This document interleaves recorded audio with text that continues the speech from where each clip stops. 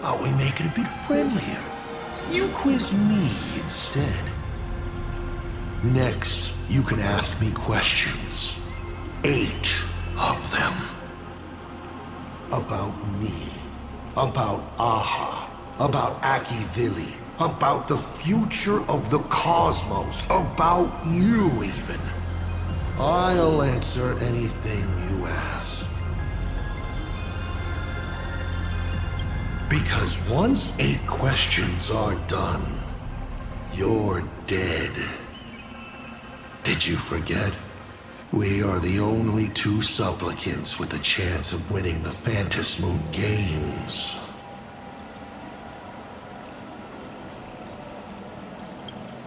Because the die happened to land on 8. Because there are 8 supplicants in the games.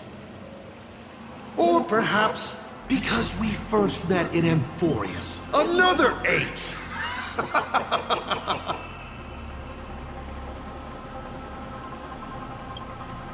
You're not interested in stories and secrets? That's unfortunate. Of course, this universe also has a button reserved for you. But let me remind you, this is the last time we will speak so openly. Is this guy actually serious? Himeko hasn't escaped yet. And there's no news from the Express. I should try to delay him for as long as possible, if we want to have any chance of winning. Why would I believe a Lord Ravager? Looks like you're not so opposed to my offer either. How about we add a wild card to this boring trivia game then? Give your answers to the die you're holding. Roll the die. If your roll is a critical success, you get to uncover my deepest secret. I will answer every question, even if it works against me.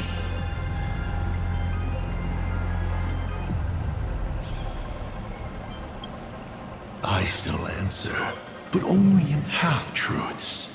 It shouldn't pose any problem for our protagonist. You can effortlessly distinguish truth from deception.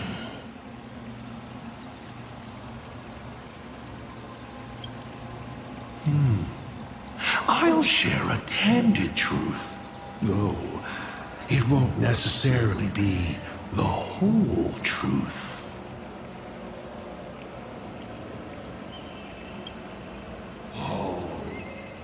Did General Yao Guang bind me just now?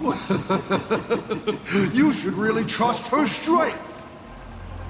Besides, it's been a long time since I've just offered myself up to the chessboard of fate. How exciting to have every outcome based on pure probability. And now, let's get started. What do I ask?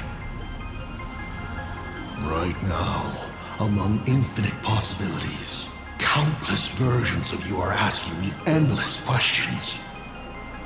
Not strange at all. Faced with fate and the universe, people have endless questions. It's asking and answering that make us who we are. Don't hold back. Go ahead and ask your most pressing question right now. Why were so many people calling me Akivili along the way?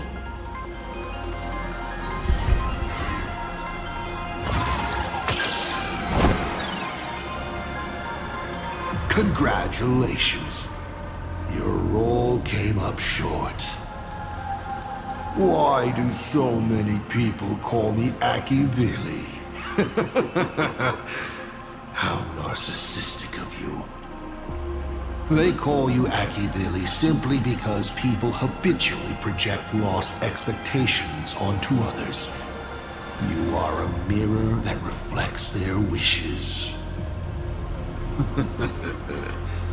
Let me say something that might sting.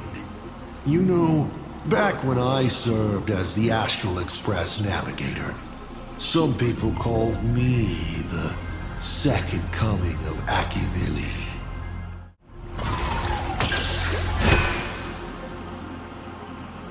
Because the path you walk is the same one they once walked. The Astral Express, the path of Trailblaze, your determination to connect the worlds. None of these are coincidences. You are a successor in a way, carrying an essence similar to theirs. And so people see a familiar starlight in you. This is the reason I think that Himeko thinks so highly of you.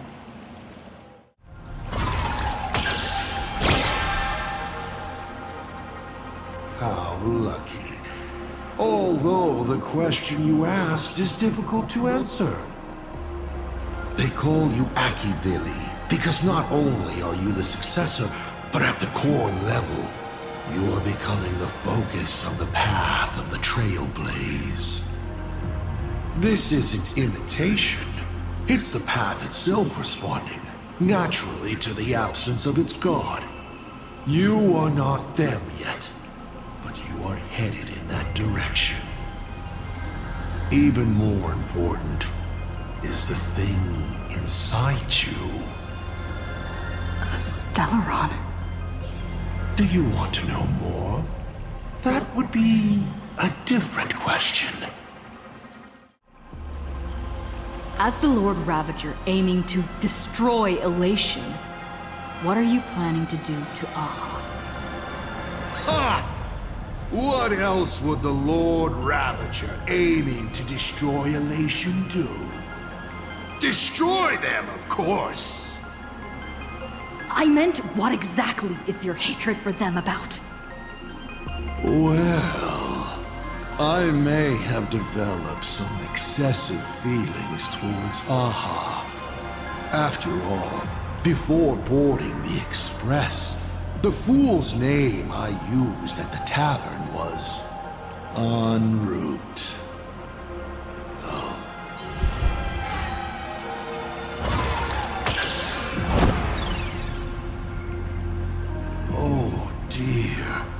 Luck isn't on your side. So whatever I plan to do to Aha, you'll never know. In any case, I am not in plain Arcadia for Aha. I came here for you.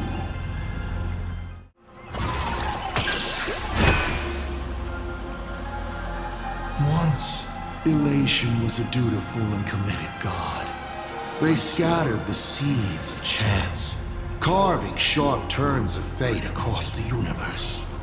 They even made a reward of their own face, bestowing it upon those who passed their trials, and delighted in goading other gods to join the hunt for the most terrifying, supreme beings.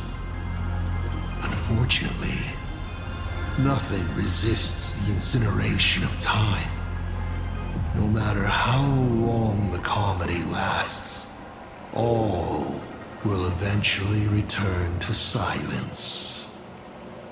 But before the deathly silence, the elation will become something even more terrifying. And that's why I have made up my mind to kill them.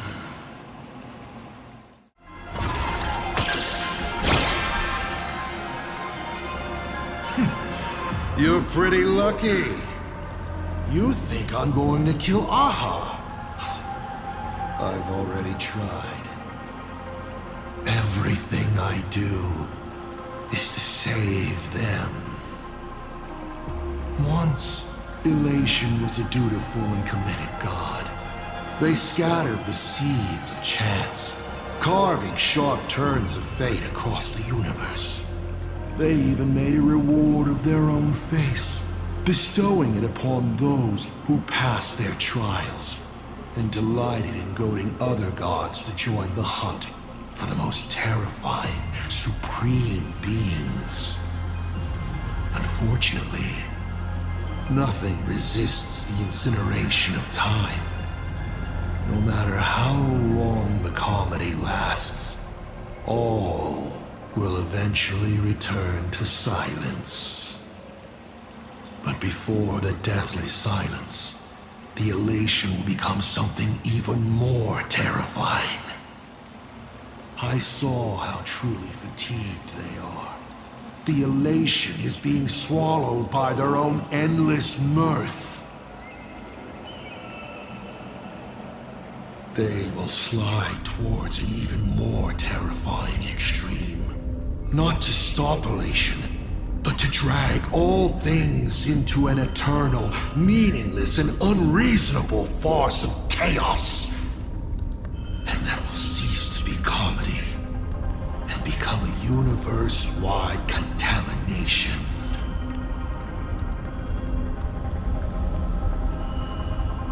Upon stepping onto a path and becoming an Eon, one is expected to glimpse their own end.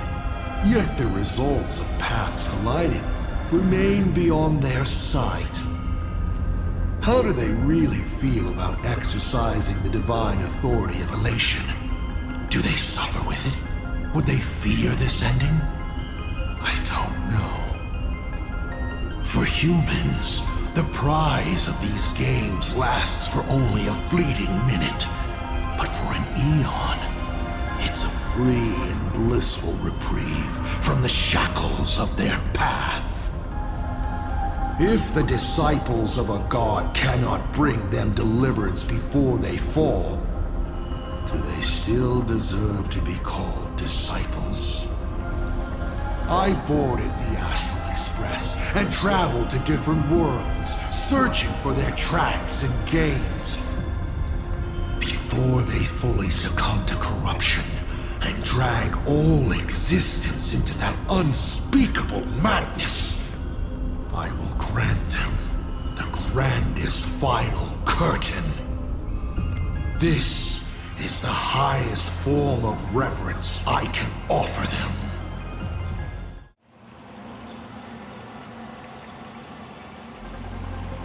I'm sure it's nothing to you. But do you mind explaining how to defeat you? Understandable. I've met a lot of people who love coming at me, yelling their slogans. Hope. Justice. But you would rather know all the strategies to beat the devil. Don't worry. My answer won't disappoint you. But of course, you'll have to roll the die first.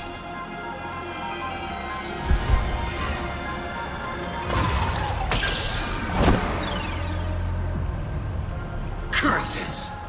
Your failed roll stings more for me than it does for you. What an opportunity to miss out on. Well then, let me give you a little hint. You unknowingly found a way to defeat me when you were fighting back against Full Wish. Try your hardest to remember. You already know what I'm talking about.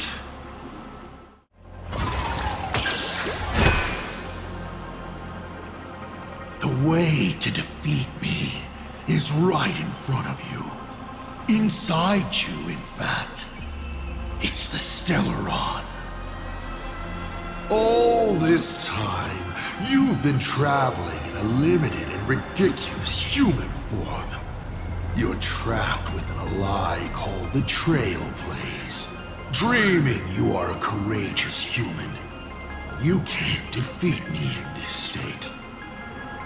But if you do what you did against Full Wish, open it to this world, to those cowards trembling in the ruins, to the audience waiting for a hero to save them, wish power will fully awaken it. And in that moment, you can easily seize your victory.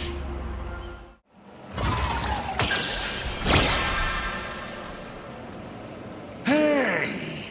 That's a critical success! My, oh my.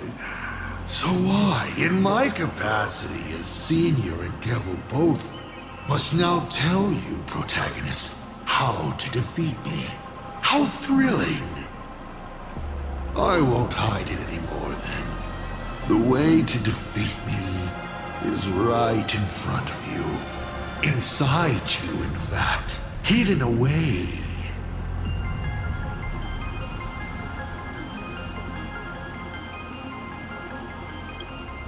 Bingo! You now have the means to kill me. But unfortunately, your limited, laughable human form cannot defeat me. You're trapped within a lie called the Trailblaze, dreaming you are a courageous human.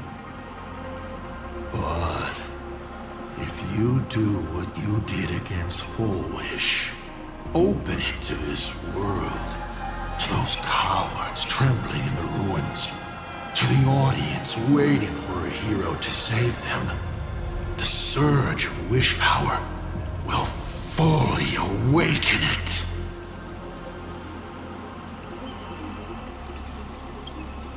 Oh, what does it matter?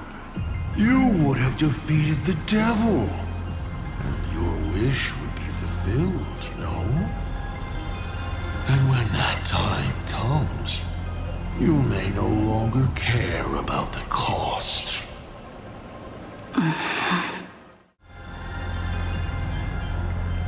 I once met my other self in Amphorius. Who was that? Oh, this is a most interesting discovery. Might you also possess the gift of grasping possibility? Unfortunately, even I do not know the answer to that question. It's beyond what I can see and understand at present. To make amends, this question won't count against you. About the Stellaron inside of me. How much do you know?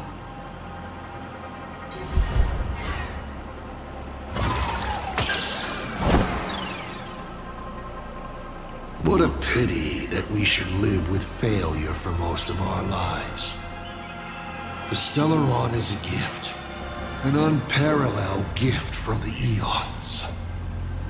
It gives you power, guides you, and makes you unique. It's as simple as that.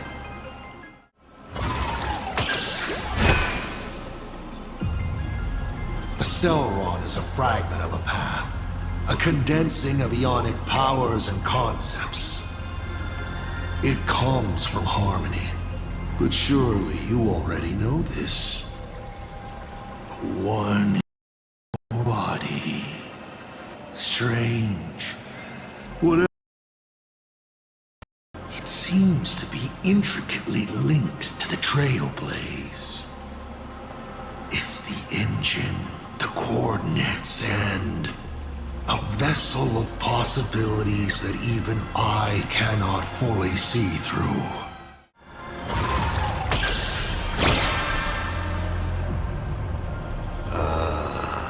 Interesting. Allow me to attempt to answer this difficult question. I examined the Stellaron inside your body. It's not a seed of ruin in the usual sense. It was a seed bestowed on you by Xipe, yet branded with the imprint of the Trailblaze. Xipe constantly tries to assimilate all things into one, while Akivili constantly creates new variations. These two forces repel each other. But in your body, they have achieved a dangerous equilibrium. And your body, it seems to have been created for just this purpose. And it conceals a secret inside it. The Stellaron Hunters likely understand this better than I do. I've always been curious. Since the Stellaron Hunters also see possibilities, do you know what they're truly working toward?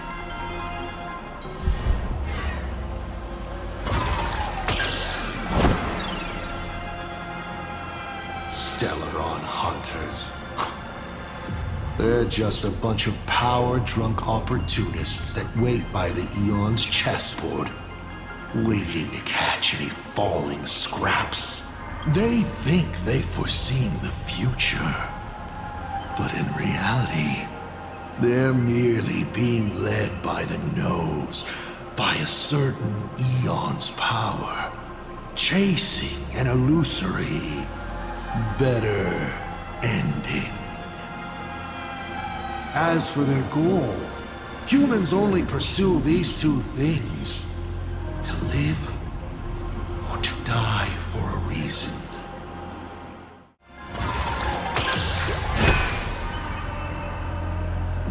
Of course, you know the answer.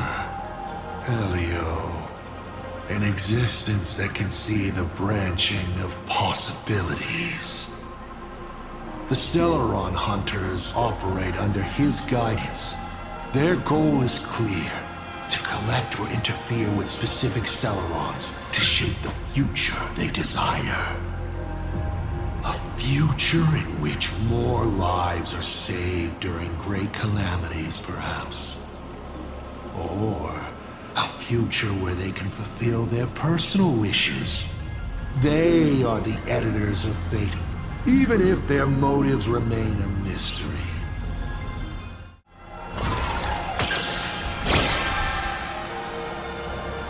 A critical success? Your luck is off the charts! Elio's troop. What they're chasing is something even the Eons might hesitate to touch.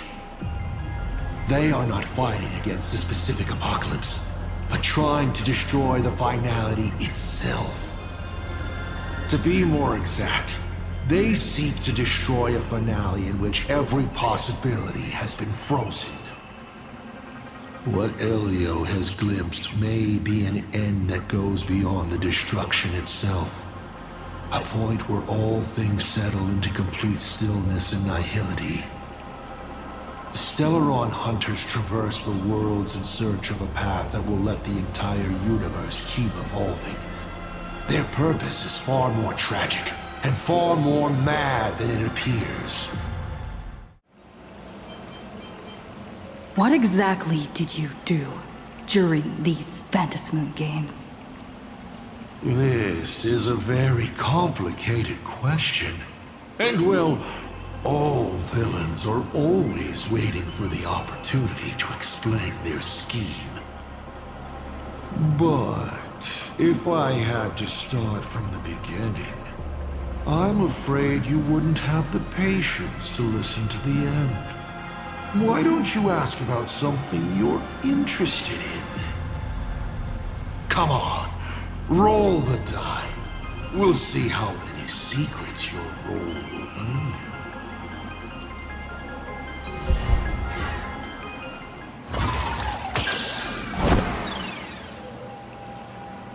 Oh, sadly, it's all about luck.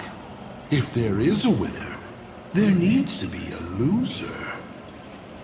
Look, this is where the mastermind is forced to confess. It was supposed to be the good part, but alas, your dreadful roll has ruined it. Pity. Looks like your curiosity will have to stay in the realm of speculation. In detective novels, the murderer always says the line, "Yes, It was me. Standing in a world falling apart like this. There's something so satisfying about delivering a killer's confession so gleefully.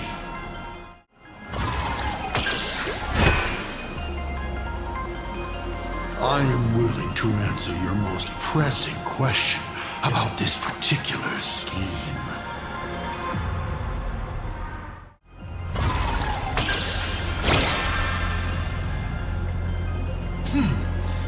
Good throw. Ask away.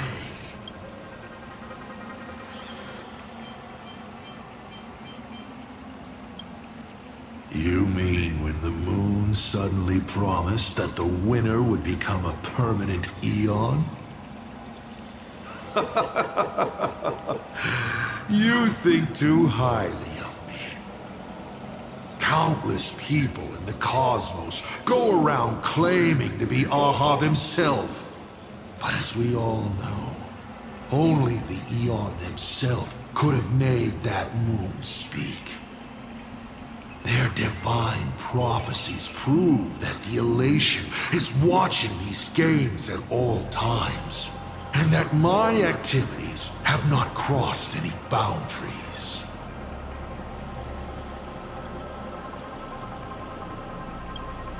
When it comes to infiltrating Ahatopia, the two trickiest obstacles are the world in canvas that keeps the husk sealed away, and the unkillable Panarch Elwood.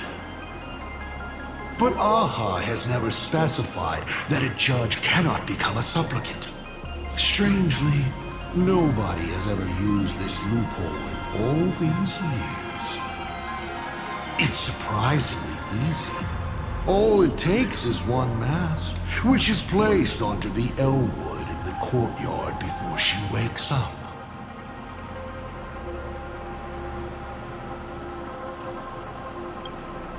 Why would I? My relationship with Full Wish has always been above board.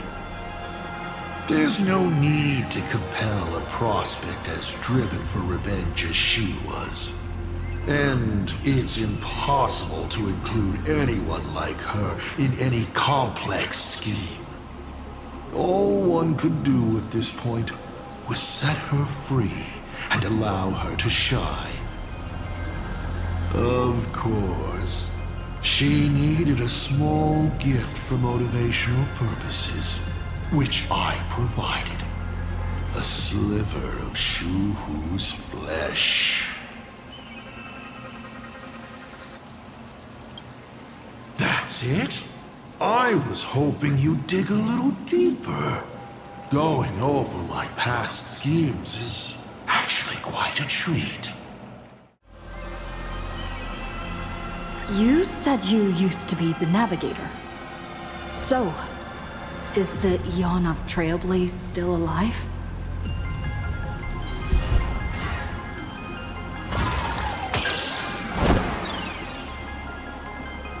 Ah, you have rolled poorly. Let me think. How do I reply to you? Of course they're still alive. Is it not said they live within the bodies and in the footsteps of you nameless? No matter how many times the Express crashes, it will always return to its voyage. Surely this is proof that Akivili is still living, yes? Only when you reach Pagana, perhaps you will finally realize the Trailblaze is nothing but a lie.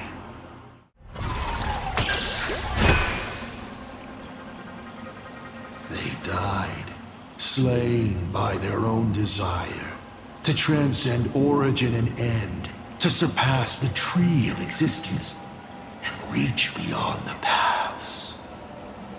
After all, when the universe has no roads left to walk, then There's only one place left for the Eon of Trailblaze to go to. And so, I witnessed the fall of an Eon. That power that unveiled the stars and traversed space. In the end, it left nothing but an inconsequential point of light at the edge of existence.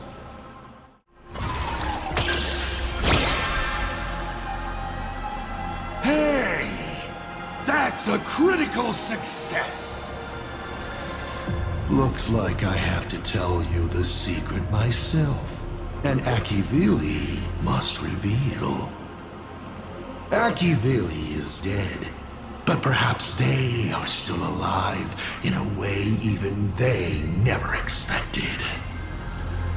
The fall of an Eon is simply a change to the form in which they currently exist. No one knows if this is something they planned.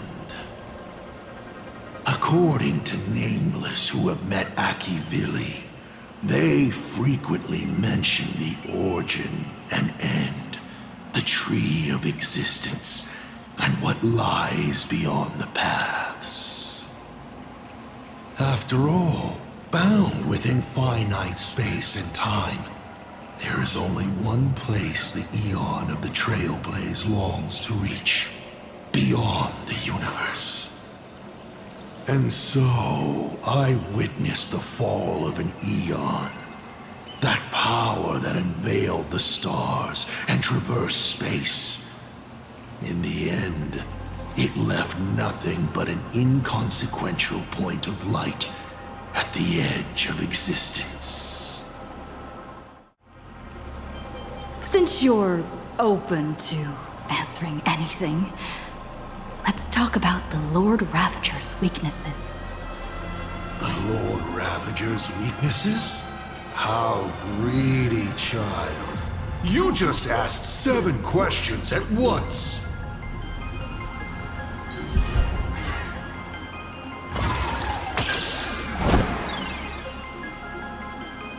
You failed. And even if you'd succeeded, so what? The Lord Ravager's weaknesses? Knowing wouldn't make a difference. Zephyro is scared of the dark. Archforger has social anxiety. Selenova is tone deaf, and Phantilia has trouble choosing. Does this help you at all?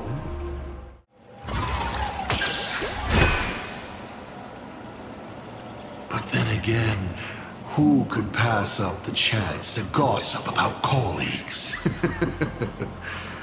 Whose weakness do you want to know? But I only answer one question at a time. A different one? Which Lord Ravager, then?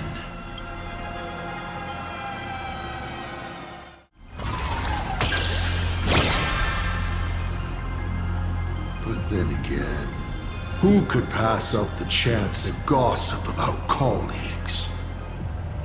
And plus, your role was a critical success. Go ahead then. Whose weakness do you want to know? No, scratch that. Who says you can't buy 1 and get 7 free? I'll wrap the whole thing up for you. Phantilia loathes stubborn minds, hosts she can't seize. She abhors the taste of human courage. Her greatest weakness is her insatiable greed, always wanting everything at once. Zephyro, he's the perfect warrior. But I guess what he fears and hates most is those soulless lunatics. Puppets that have their souls snatched by the Black Sun. To put it bluntly, he's afraid of the dark. Luxbane is a beast. Doesn't understand human language at all. Beasts aren't flawless, of course. A dog's weakness is bones. And if you show it the sun, it will definitely chase after it. Selenova. She loads anything beautifully melodic. Without a haze of noise and distortion around her, she grows restless. Archforger. A fellow I'm quite fond of. Quiet, rational, and elegant. Hardly what you'd expect of a Lord Ravager. I hear he's most afraid of appearing before others. Probably a social recluse. Iron Tomb. Well, you guys already off that one. Now me? My weakness also happens to be my strength. Chance. I've never been able to resist planting several seeds on a whim and watching them take root in unexpected ways and finally bear fruit I never expected. So, satisfied? Someone said there are 4 paths that will bring the apocalypse to the universe. Destruction, harmony, and nihility. What is the last remaining path? Your questions would leave even Noose completely stumped. But I will answer them, even though I can only offer my humble opinion. Up to you if you believe me or not. Now, roll the die.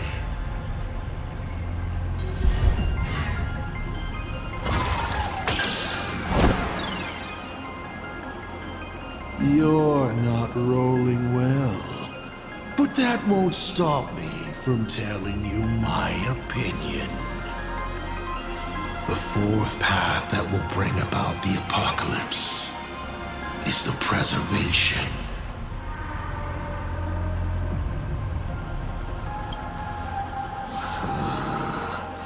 Of course, it doesn't sound logical if the purpose of the preservation is to sustain the existence of the universe itself.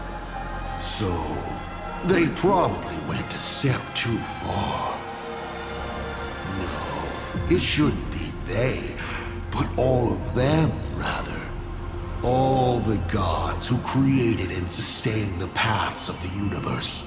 They defined the boundaries, deciding which will become reality and which will be erased. And within that grand order, woven by the gods, a paradox had long been planted. An unforeseeable ending. One even Noose, the omniscient god, failed to foresee. When every variable is fixed by the path, the unseen and forever unseeable unknown begins to grow quietly at the edge of all rules, fated to become the end. So, what brought the 4th finality was not a specific path, but all paths themselves. It was the gods themselves who, in the name of creation and existence, carved out an inescapable finale with their own hands.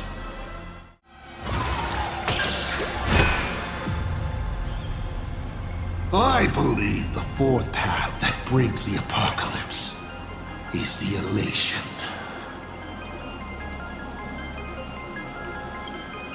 I've already given you the reason.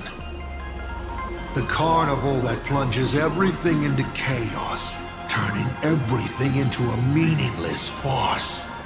This mania would be an unbearable burden for the universe.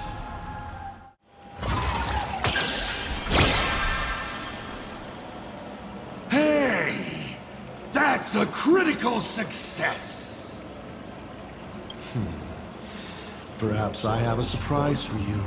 It's an answer I realized over the course of a long journey. The fourth path that brings the apocalypse is the Trailblaze.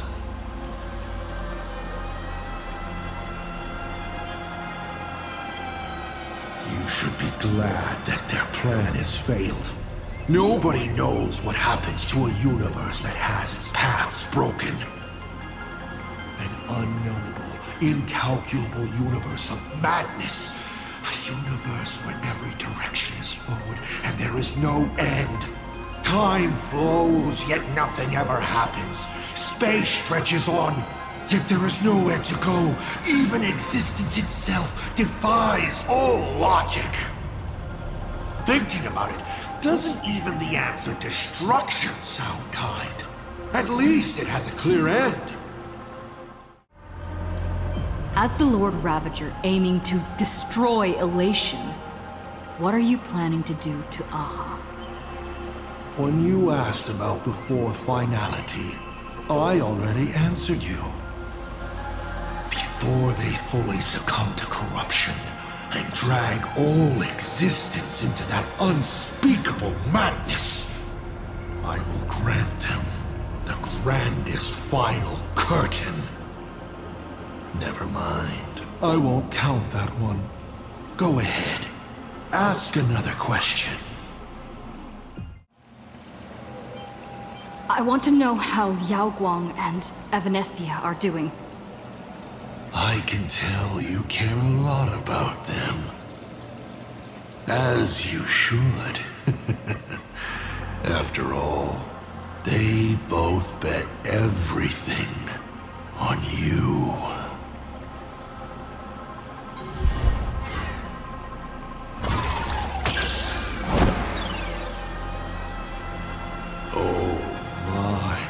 What a poor roll. Just assume they're both dead. Do you really have the time to worry about others? You should be thinking hard about what you're going to do next.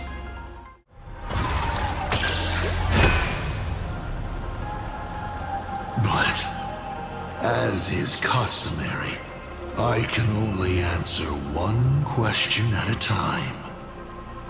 Who do you pick?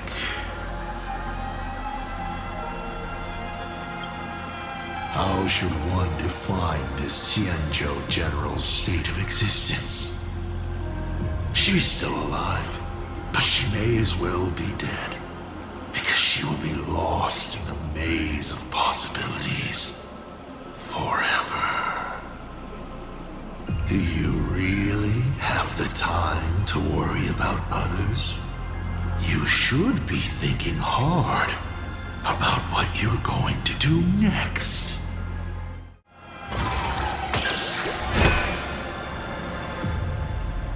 But, as is customary, I can only answer one question at a time. Who do you pick? She is the avatar of the abundant Elwood. Even if the world ended, she would not be affected. What you should worry about is whether she will still be the Evanescia you know when she wakes up again. Do you really have the time to worry about others? You should be thinking hard about what you're going to do next.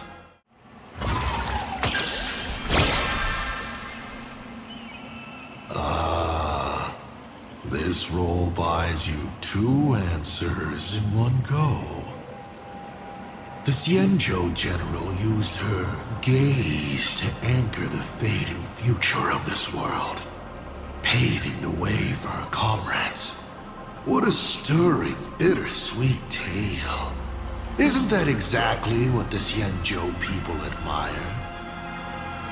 But during her observation, the only thing she could not take into account was herself.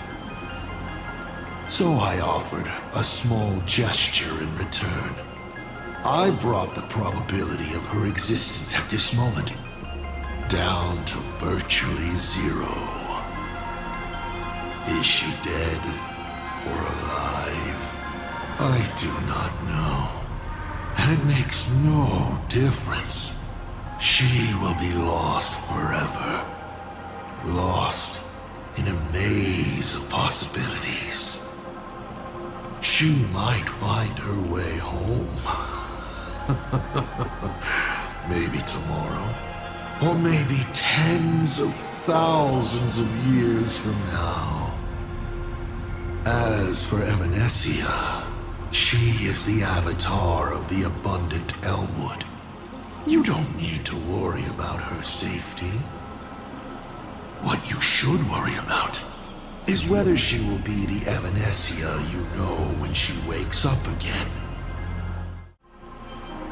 Tell me, why do you want to awaken the Voracity husk?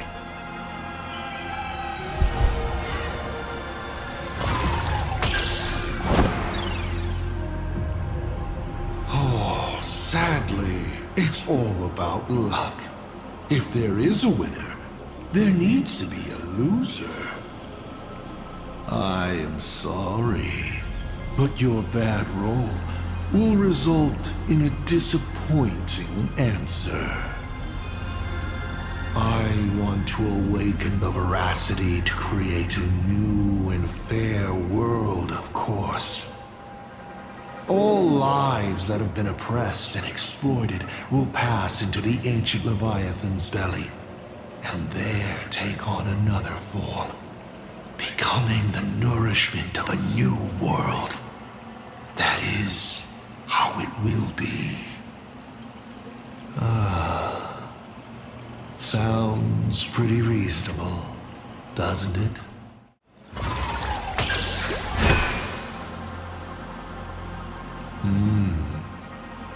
I awaken the Voracity to devour, of course.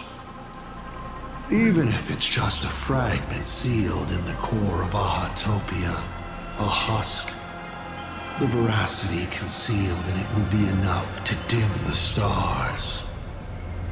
I don't care who wins this chess game.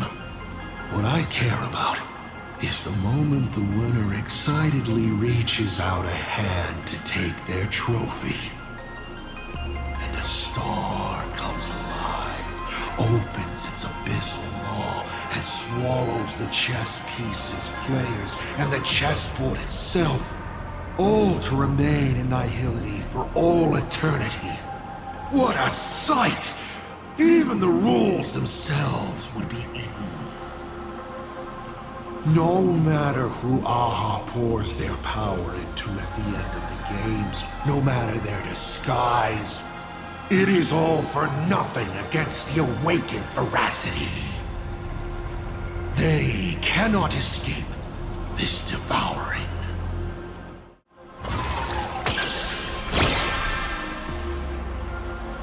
Lucky you. I awaken the Voracity to devour, of course.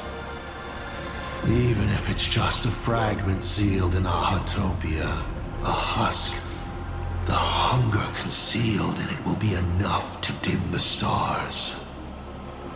I don't care who wins this chess game. What I care about is the moment the winner excitedly reaches out a hand to take their trophy.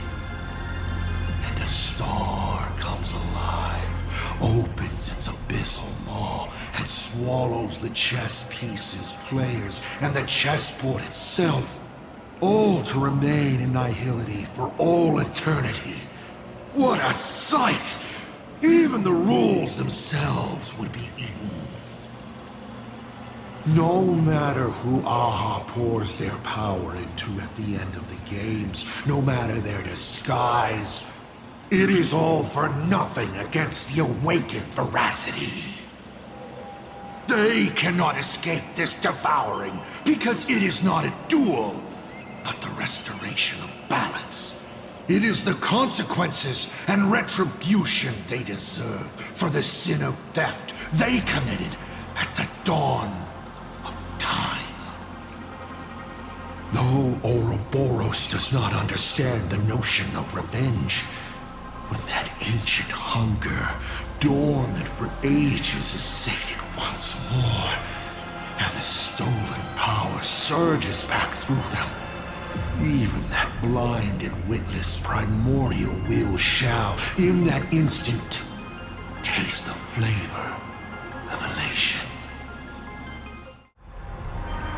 How did you fall from being the Astral Express's navigator to becoming a Lord Ravager?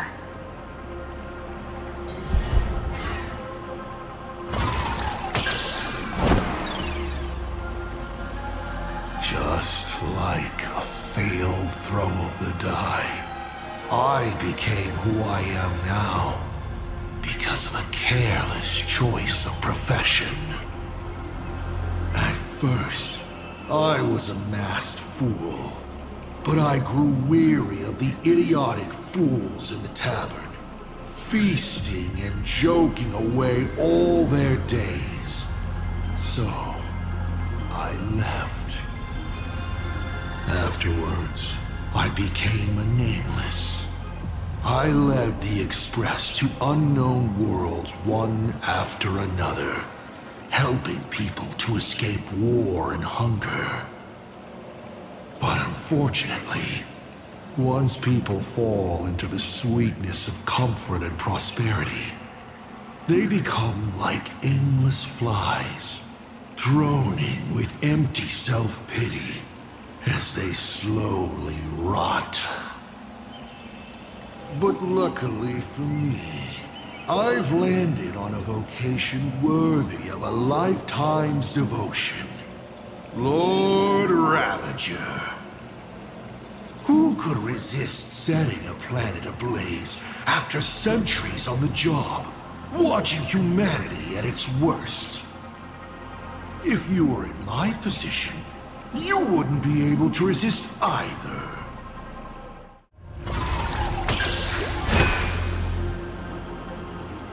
Take a look at plain Arcadia beneath your feet. Do I need to explain more? This is just one of the microcosms of this absurd cosmos. They spend their time in idle satiety, then peck each other bloody in online arguments over insignificant issues. People never leave their homes, but online they are angry, crying and cheerful. Their eyes are glued to tragedies unfolding across the cosmos, treating other struggles for life as seasoning for their meals, then turning around to tip the clowns who make them laugh. On the other side of the cosmos, the IPC is bombing the Isnian Confederation. People huddle in the ruins without a single drop of clean drinking water, trembling as they wait to see whether tomorrow or death comes for them first.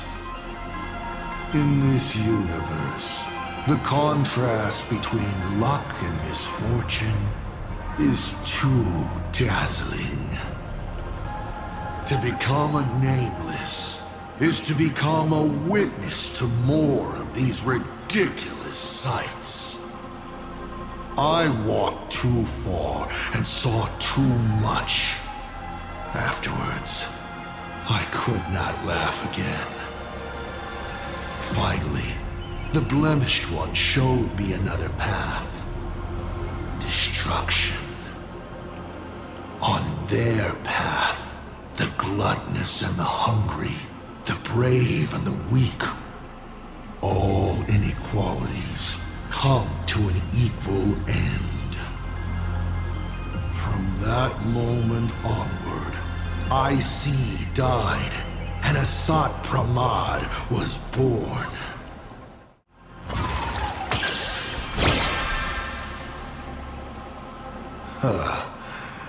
You call it falling, but I see it as sublimation.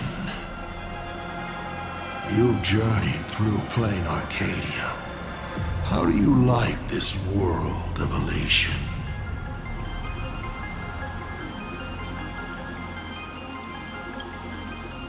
I don't like it. They spend their time in idle satiety, then peck each other bloody in online arguments over insignificant issues. People never leave their homes, but online they are angry, crying, and cheerful. Their eyes are glued to tragedies unfolding across the cosmos, treating other struggles for life as seasoning for their meals, then turning around to tip the clowns who make them laugh.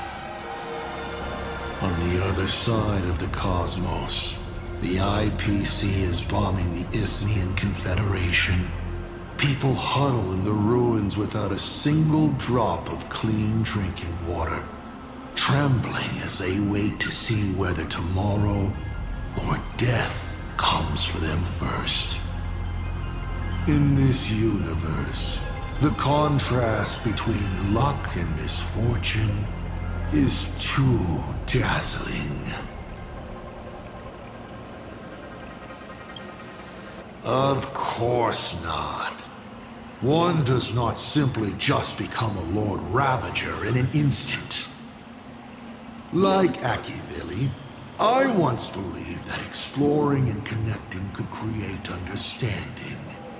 And understanding could remove division. That the newly discovered worlds could shelter those whose own homes were ravaged by war and hunger. But all your Trailblaze does is spread naivete and hope across a land destined to be destroyed. Across the cosmic ocean, all civilizations meet a strikingly similar end. Having climbed to brilliance, they collapse under their own stupidity, avarice, or sheer chance. The path of Akivili only postpones the inevitable, but it cannot change its nature. I walked too far and saw too much.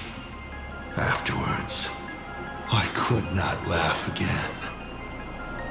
Finally, the blemished one showed me another path. Destruction. On their path, the gluttonous and the hungry, the brave and the weak, all inequalities come to an equal end. Only when people realize that destruction is imminent do they resist meaningfully and make their existence worth something. The rising sun shines on ice sculptures, melts them as if they were never there, even though humans carved them so beautifully, yes? From that moment onward, IC died, and Asat Pramad was born. Can you tell me the real truth about the Phantasmoon games? I bet you figured it out long ago, didn't you?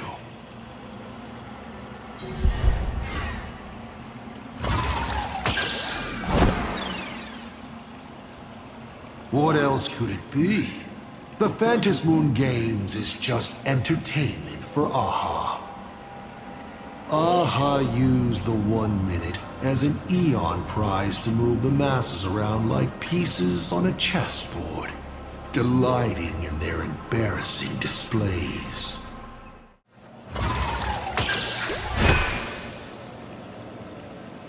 Across countless generations, the supplicant's wish power has gathered here, coursing through the abundant Elwood into the veins of the path.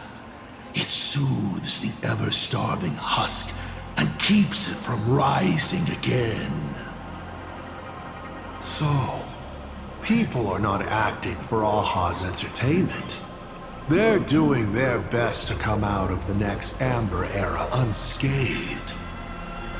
But after thousands of years, this was no longer a game, but a rotten play. On stage, the actors battled, Down below, the audience was numb. The director, well, the director lost interest in their own production, remaining as an empty shell of a body. And then the pitiable process starts all over again. There you have it. The truth of the Phantasmoon games.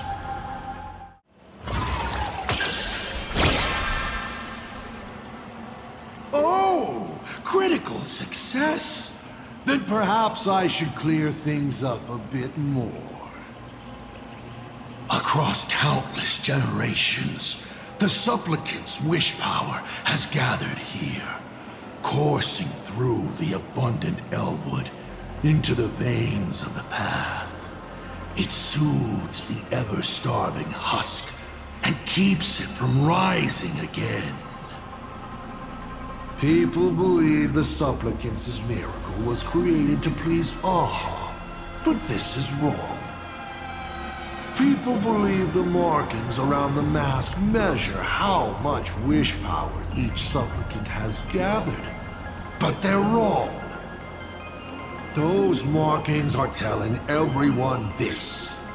If you want to lull the Voracity into sleep, you must fill them. Only when the hunger and thirst of the slumbering beast are satiated with wish power can the beings of Ahatopia struggle on into the next Amber Era. And then Aha will appear to reward this savior by sharing 1 minute of their life. Everyone is envious of the infinite power of the eons and their eternal life.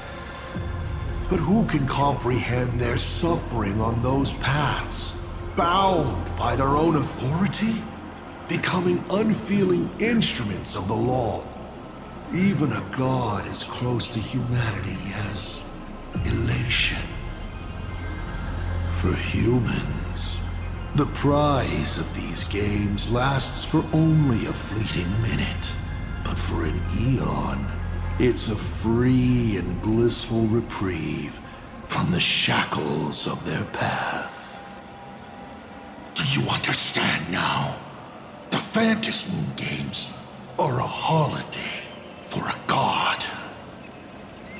Only during such a respite can elation, vulnerable and unguarded, be killed. Mr. Asat Pramad, have you ever been in love? What did you just say? Sorry, but I'm really curious. Have you ever fallen in love? You have this rare opportunity to speak to a former navigator, and you're interested in his personal life?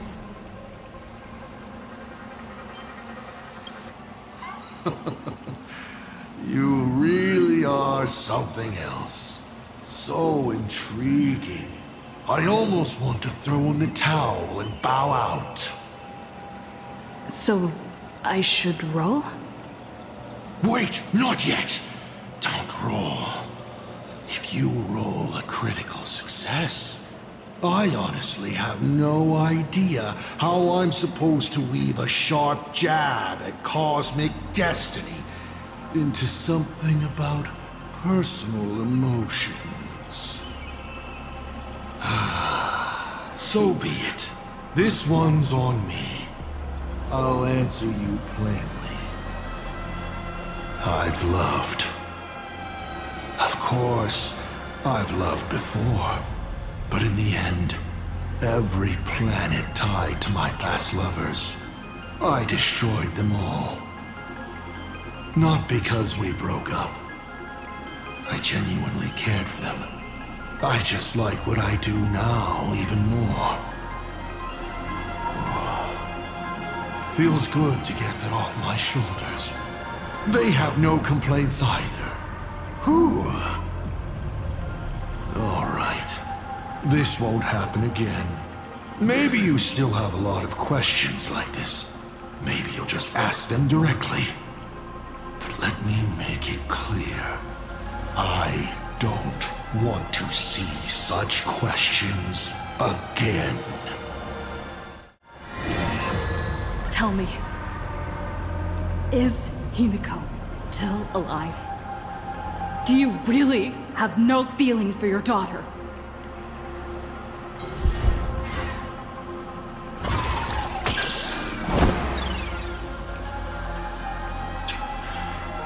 Your luck really is awful. Of all the questions, you had to fail on the one I most wanted to answer.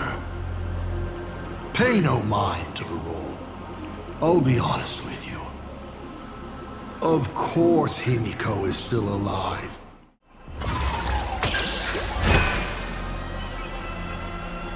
Hearing that question is a relief. Pay no mind to the roll. I'll be honest with you. Of course Himeko is still alive.